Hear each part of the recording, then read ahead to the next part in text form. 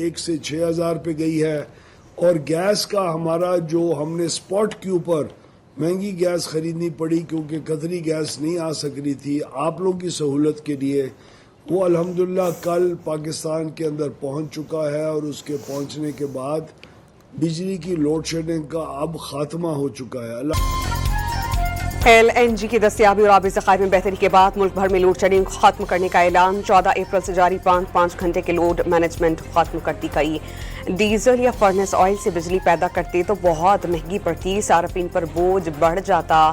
وفاقی وزیر توانائی اویس لغاری کا ویڈیو بیان، ٹرانسمیشن سسٹم میں فالٹ نہ آنے کی دعائیں، کہا کہ 40 نہیں 32,000 میگا واٹ کی پیداواری صلاحیت ہے۔ نواز شریف کے دور میں لوڈ شیڈنگ ختم کر دی گئی تھی۔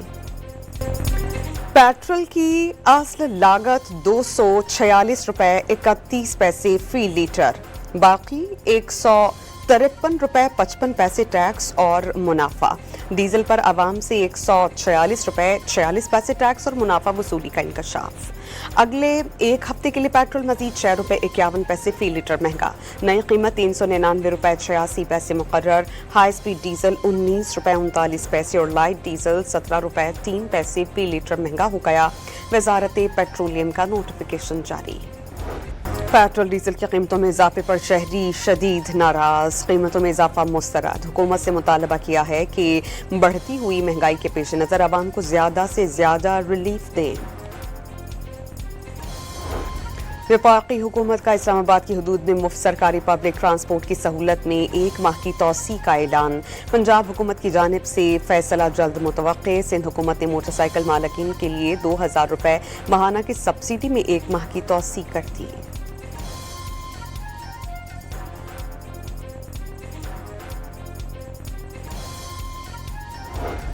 عالمی منڈی میں تیل کی قیمتیں ریکارڈ $125 کو چھو کر نیچے آ گئیں۔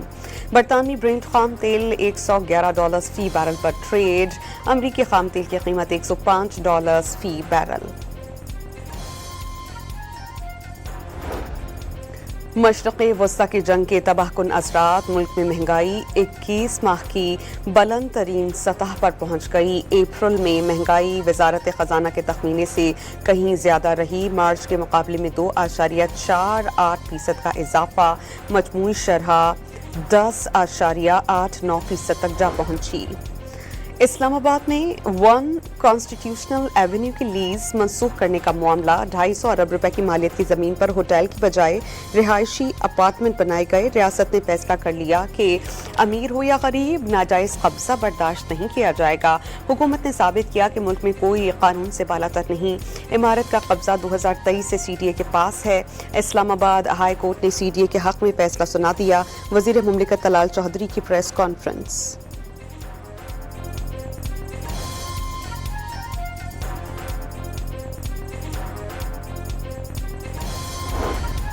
مذاکرات میں پاکستانیوں کو باقاعدہ ثالثی، امریکہ نے جارحیت اسرائیل کے دفاع کے لیے کی۔ ترجمان ایرانی وزارت خارجہ کے مطابق کئی ممالک نے مذاکرات میں مدد کی پیشکش کی، لیکن اصل ثالث پاکستان ہے۔ اسماعیل باقائی کے مطابق دوبارہ مذاکرات کا فیصلہ ہوا تو باضابطہ طور پر سب کو بتائیں گے۔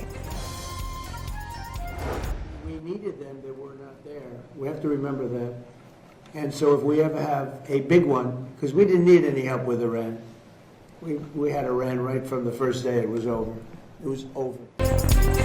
صدر ڈونلڈ ٹرمپ نے جنگ بندی کے خاتمے اور ایران پر دوبارہ حملوں کا اشارہ دے دیا۔ صحافیوں سے بات چیت میں صدر ڈونلڈ ٹرمپ نے کہا کہ ایران کے خلاف فوجی آپریشن بہت پہلے شروع کر دینا چاہیے تھا۔